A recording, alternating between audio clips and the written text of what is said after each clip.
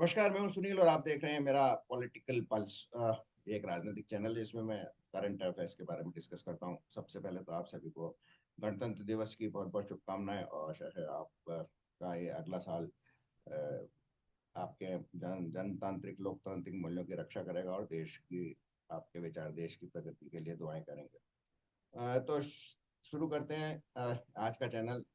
इससे पहले कि मैं आपसे रिक्वेस्ट करूं कि आप मेरे चैनल को सब्सक्राइब कर दें और बेल आइकन जरूर दबाएं ताकि आपको मेरे ये वीडियोस की सूचना मिलती रहे। और इस वीडियो को आज 26 जनवरी के उपलक्ष्य में आप ज़्यादा से ज़्यादा लोगों को अपने दोस्तों के साथ शेयर कीजिए ताकि मैं मेरा व्यूअरशिप बढ़े और मुझे कुछ प्रोत्साहन मिले आगे इससे बेहतर वीडियो बनाने के लिए। तो फिर आज की राजनीतिक चर्चा मैं शुरू करूंगा शिवसेना के बारे में। मैंने बहुत पहले एक वीडियो बनाया था जिसमें ये कहा था कि शिवसेना के जो सांसद है और हैं विशेषकर वो शायद बीजेपी या शिवसेना के दूसरे गुट में टूट के चले जाएं। मैं शिव तो लेकिन ऐसा अभी तक तो कुछ हुआ नहीं, लेकिन इसके आसार और माहौल बनता जा रहा है कि कहीं ना कहीं शिवसेना उबाटा जो अ, उद्धव ठाकरे के नेतृत्व वाली शिवसेना है और उसमें एक तरह से बंटवारा हो सकता है या उसमें से फिर कुछ लोग छोड़ के जा सकते हैं। अ, भाऊ तोरसेकर जो कि बहुत ही वयोवृद्ध पत्रकार है महाराष्ट्र के और मराठी में और हिंदी दोनों ही विषयों में चाला वीडियो यूट्यूब वीडियो बनाते हैं। और मार्मिक जो शिवसेना का ओरिजिनल मुखपत्र था बाला साहब ठाकरे के समय में, उसके वो कार्यकारी संपादक रहे हैं 5-6 साल तक का। और वो महाराष्ट्र की राजनीति को विशेषकर शिवसेना की राजनीति को बहुत अच्छे से समझते हैं। उन्होंने सबसे पहले एक वीडियो बनाया था, उसमें ये कहा था कि शिवसेना मुख्यालय या मातोश्री में संजय राउत के साथ में सीताराम केसरी कांड हो गया। हालांकि उन्होंने केवल इतना हिंट दिया था, उसने उन्होंने केवल इतना कहा था कि वहां पर एक मीटिंग हुई थी शिवसेना के मातोश्री में उद्धव ठाकरे के और उनके पुत्र आदित्य ठाकरे के साथ शिवसेना के हारे हुए विधायकों की और फिर जो एमएनसी के चुनाव है उसके बारे में, जो भविष्य में टिकट के दावेदार और चुनाव के बारे में। तो उस समय उन्होंने ये कहासुनी हो गई थी कुछ संजय राउत से, और उन्होंने उन लोगों ने संजय राउत को ही शिवसेना की इस सादर स्प्लिट और इस स्थिति का जिम्मेदार बनाया था। तो जब संजय राउत उस समय कुछ अपना रौब दिखाने लगे तो कुछ लोगों ने उनको कमरे में बंद कर दिया आदि आदि, ये आउट होल्सर करके अपने सूत्रों से बात कही थी। तो ये पहली एक इंडिकेशन था कि शिवसेना में टूट की शुरुआत हो चुकी है। हालांकि संभावनाएं थी लेकिन शुरुआत जो हुई थी वो उस समय से हुई थी। हालांकि इसमें कितना सच है ये भाऊ तोरकर ने भी कहा कि मैंने इतना ही कहा था, मैंने नहीं कहा था कि संजय राउत की पिटाई आदि कुछ हुई है।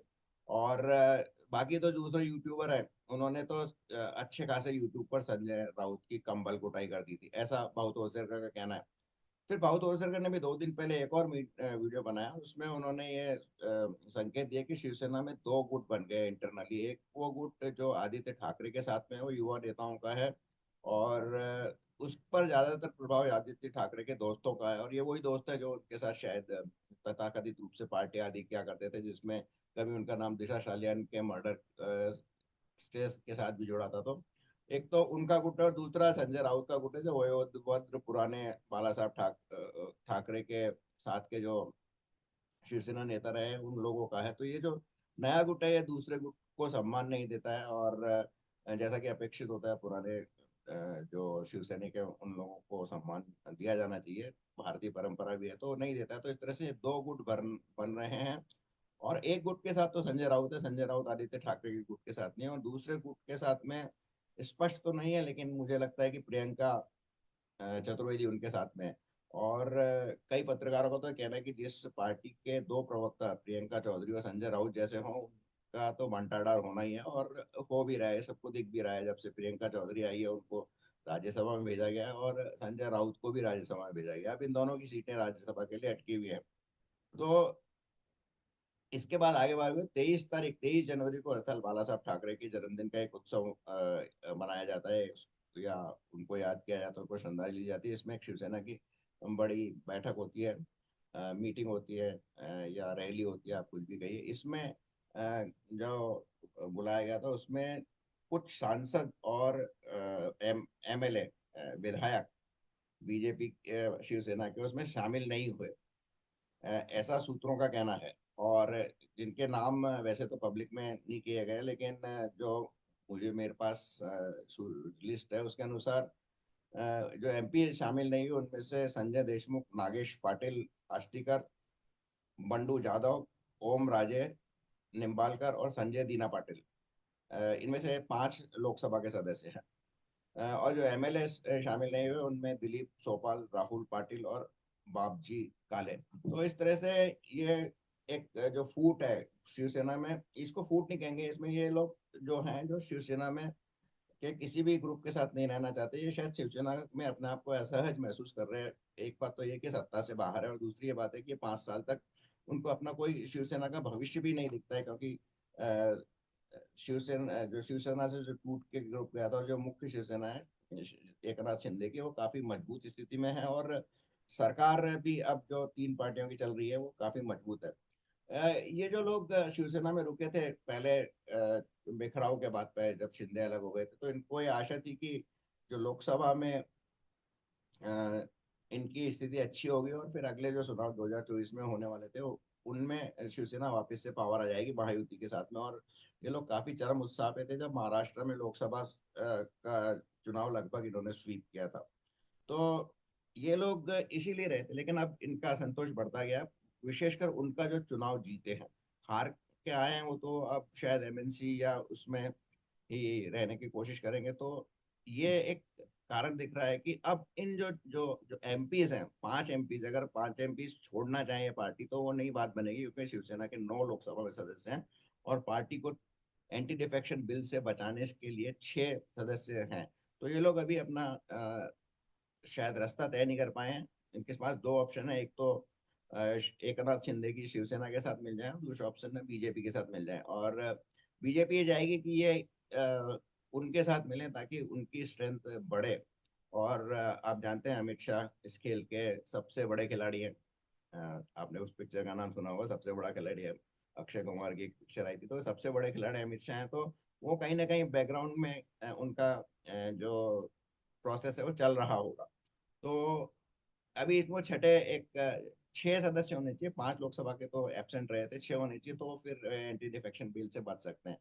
एक बार ये हो गया तो फिर विधानसभा के जो 20 या 22 एमएलए हैं उनको वैसे बहुत महत्व नहीं रखते हैं, क्योंकि विधानसभा में देवेंद्र फडणवीस को ये चाहिए भी नहीं, और अगर वो चाहिएगा भी तो वो उनको अपनी पार्टी में शामिल करेगा ताकि बीजेपी स्पष्ट बहुमत में आ सके, और वो किसी भी संभवित ब्लैकमेल से बच सकें। हालांकि ब्लैकमेल करने के चांसेस कम ही है, क्योंकि अगर एक गुट ब्रेक करेगा तो दूसरा उसको शिंदे ग्रुप की शिवसेना अगर उनको कुछ गड़बड़ करने की कोशिश करेगी तो उनके पास अजीत पवार है, तो ऐसा कुछ होने वाला नहीं। और अजीत पवार भी उधर अपनी संख्या बढ़ाने में लगे हुए हैं। तो शिवसेना का जो भविष्य है ये अब बहुत अधर में है। और बेसिकली कहीं ना कहीं उद्धव ठाकरे भी ये कोशिश कर रहे होंगे कि किसी तरह बीजेपी को अप्रोच करके और कोई एक फार्मूला निकाल सके जिसमें आदित्य ठाकरे का भविष्य सुरक्षित हो सके। और वो वैसे भी एक्टिव राजनीति में पहले भी एक्टिव नहीं थे, और अभी भी कोई राजनीति एक्टिव में वो नहीं है। और सबसे बड़ा जो मुद्दा है वो हिंदुत्व का मुद्दा है, जो हिंदूवादी सोच का, और जो उनके सारे एमएलए और सदस्य हैं या जो शिवसैनिक हैं, उनका दबाव है कि आप तुरंत लौट जाएं उद्धव हिंदुत्व की ओर, और किसी तरह से बीजेपी जो उनकी कई सालों से बाला साहब ठाकरे के जमाने से सहयोगी रही है उसके साथ वापस उनका सहयोग करने लगे। ये सब आपको स्पष्ट होगा उस दिन जब वक्फ बोर्ड के अमेंडमेंट बिल पर संसद में वोटिंग होगी।